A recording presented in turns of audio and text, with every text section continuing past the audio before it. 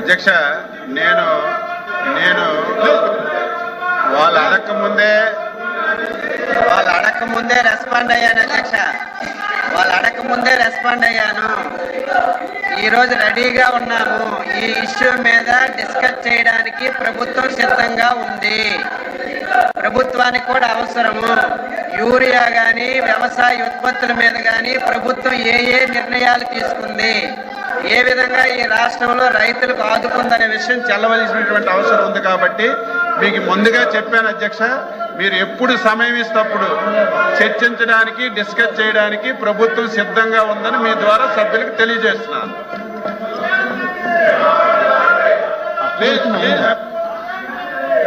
అధ్యక్ష, కూర్చోండి, దయచేసి కూర్చోండి. ఇది చాలా అత్యవసరం ఇంపార్టెంట్ అయిన ఇష్యూ అధ్యక్ష. ఇది ప్రత్యేకమైన పరిస్థితుల్లో మంత్రి గారు ఇప్పుడు మేము తయారుగా ఉంది, ప్రభుత్వం తయారుగా ఉన్నప్పుడు ఇప్పుడు చర్చించవచ్చు కదా. బిజినెస్ అంతా పోస్ట్పోన్ చేసి ఈరోజు చర్చించమని అధ్యక్ష. ఎందుకు మళ్ళీ దానికి రేపు ఎల్లుండు అవతలాడు ఎందుకు అధ్యక్ష? రాష్ట్రంలో రైతాంగం అంతా కూడా ఎదురు చూస్తున్నారు. మాకు యూరియా కావాలి, పంట పండాలి, 10 కాలాల పాటు చల్లగా ఉండాలి అని కోరుకుంటున్నారు. అందుకే మేము అడుగుతున్నాం తప్ప మాకేమీ ప్రత్యేకమైన ఇది కాదు.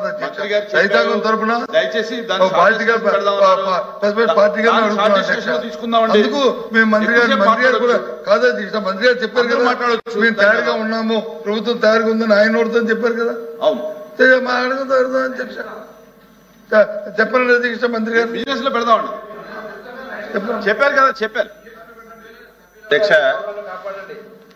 ఏ రోజు ఎజెండా ఆ రోజు ఇచ్చారు. ఈ రోజు ఎజెండా కూడా ఉంది. నేనేం పారిపోవటం లేదు, ప్రభుత్వం పారిపోవటం. ఈ చర్చ జరగాలి, వాస్తవాలు రాష్ట్ర రైతాంగానికి తెలియజేయాలి. గత ప్రభుత్వాలు ఏం చేశాయి, ఈ ప్రభుత్వం ఏం చేసింది, ఎందుకు ఈ సమస్య వచ్చింది, ఈ సమస్య పరిష్కరించడానికి ప్రభుత్వం ఏ నిర్ణయాలు తీసుకుంది, ఇప్పుడు ఉన్నటువంటి పరిస్థితి ఏంటనేది ఈ రాష్ట్రంలో ఉన్నటువంటి ప్రజలకి, రైతాంగానికి తెలియచేయవలసినటువంటి బాధ్యత గల ప్రభుత్వంగా మా మీద ఉంది. మేము సిద్ధంగా ఉన్నాము. ఇది అయిన తర్వాత బీఏసీ మీటింగ్ పెడతారు. మీరు సమయం ఇవ్వండి. స్టేట్మెంట్ ఇవ్వమంటే స్టేట్మెంట్ ఇస్తాను. ఒకవేళ డిస్కషన్ పెడితే డిస్కషన్ మీకు సమాధానం చెప్తాను. వాస్తవాలు రైతులకు తెలియచేయాలి. యూరియా సమస్య, యూరియా వాడకం, దాని పరిస్థితులన్నీ రైతులకు అవగాహన కూడా రావాలి. ఈ సభ ద్వారా చెప్తే రైతులకు కనీసం అవగాహన వస్తుందని భావిస్తున్నాను. నేను అన్నింటికీ సిద్ధంగా ఉన్నాను.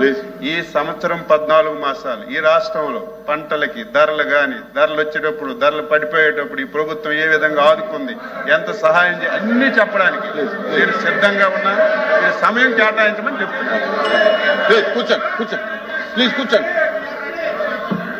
ఎల్ఓపి గారు అధ్యక్ష, ప్లీజ్. మా సబ్మిషన్ ఏంటంటే రైతాంగం తరఫున ఇంత మా అచ్చెన్నాయుడు గారు మంత్రి గారు వచ్చి మరి సుదీర్ఘమైన అంశాలు చెప్తున్నారు కదా, అదే చెప్పనండి.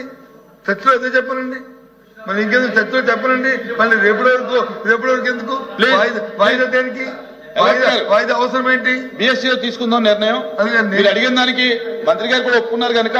ఎందుకంటే రైతాంగం ఎంతో అత్యవసరమైన సమస్య అధ్యక్ష. ఇది రైతులంతా ఇబ్బంది పడుతున్నారు అధ్యక్ష. బయటని మాకేమీ వ్యక్తిగత అంశం కాదు అధ్యక్ష. ఇది రాజకీయ ఉద్దేశం కాదు అధ్యక్ష. గత 5 సంవత్సరాలు చెప్పాడు కదా, గత 5 సంవత్సరాలు ఎక్కడనే ధర్నాలు జరిగాయి అధ్యక్ష. 5 సంవత్సరాలు ఎక్కడ క్యూలు ఉన్నాయి అధ్యక్ష. 5 సంవత్సరాలు పోలీసు జులుము వచ్చిందా అధ్యక్ష? ఎందుకు వచ్చినప్పుడు ప్రభుత్వం వైఫల్యం పెడదాం. మీరు ఏది కావాలంటే అది పెడదాం. ఉమారెడ్డి గారు ప్లీజ్. ఉమారెడ్డి గారు మా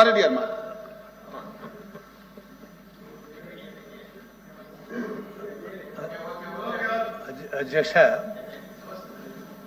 ప్లీజ్ కూర్చోండి, దయచేసి కూర్చోండి సార్. కూర్చోండి.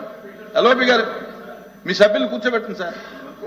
ప్రత్యేకంగా యూరియా అప్లికేషన్ టు ప్లాంట్ ఇది టైం బౌండ్ అధ్యక్ష.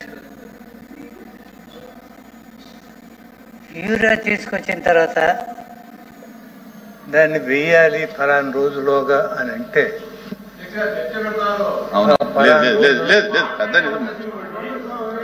రేపు మీరు చెప్పేదంతా రేపు డిస్కషన్ చెప్దామండి. మీరు రేపు డిస్కషన్ చెప్దాం. ఆ రోజులోగా అప్లై చేస్తేనే దాన్ని ఫుల్ ఫ్లెడ్జ్డ్ ఉంటుంది తప్ప రేపు మాట్లాడదాం. అది నిదానంగా మేము సప్లై చేస్తాము, తర్వాత రేపు మాట్లాడదాం దాని మీద. అనే దానికి ఎదురేది సార్. కూర్చోండి సార్ రైతులు ఆందోళన చేస్తున్నారంటే గతంలో దీని మీద డిస్కషన్ వద్దు, రేపు మాట్లాడదాం. ఇంత భారీగా రైతులు యూరియా దగ్గర డిమాండ్ చేయడం అనేది గతంలో ఎప్పుడు లేదు సార్. ఇవాళ ఎందుకంటే ఏరియా పెరిగింది సార్. రేపు డిస్కషన్ పెడదాం. డిస్కషన్ లో మీరు అంతా మాట్లాడుతురు, మీరు మాట్లాడుతురు, రేపు పొద్దున మాట్లాడుతురు. కూర్చోండి. ఏరియా పెరిగింది, ఇంకా లేదు కూర్చోండి, దయచేసి కూర్చో ప్లీజ్ కూర్చోండి. ఎల్ఓపి గారు రేపు డిస్కషన్ లో మాట్లాడొచ్చు అన్ని. ప్రభుత్వం ఒప్పుకుంది కదా.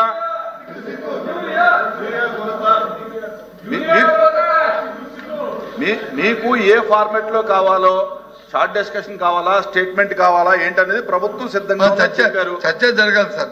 చర్చ ఓకే, స్టేట్మెంట్ చెప్తున్నారు కదా. రేపు ఏ రోజు అనేది రేపు మీరు చెప్పండి, దాన్ని బట్టి చేద్దాం. ఓకే కూర్చోండి ప్లీజ్ కూర్చోండి.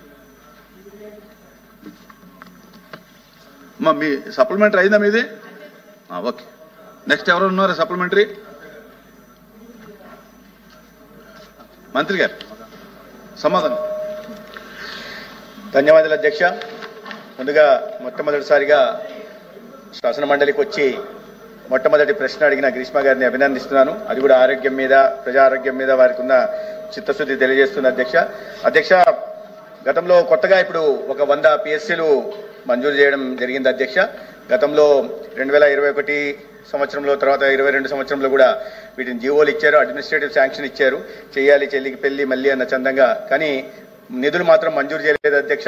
కూటమి ప్రభుత్వం చంద్రబాబు నాయుడు గారి నాయకత్వంలో ఈ 100 PSCలు 88 కొత్త PSCలకి 12 డిలాపిడేట్ స్టేట్ లో ఉంటున్న PSCల భవన నిర్మాణం కోసం కేంద్ర ప్రభుత్వం సహకారంతో 15th ఫైనాన్స్ కమిషన్ కింద, అదేవిధంగా ప్రధానమంత్రి Ayushman Bharat health infrastructure machine కింద 194 కోట్లు మంజూరు చేయడం జరిగింది అధ్యక్ష. దీంట్లో భాగంగా 46 PSCలని R&D, అదేవిధంగా 56 PSCలని APMICDC కూడా నిర్మిస్తున్నాయి అధ్యక్ష.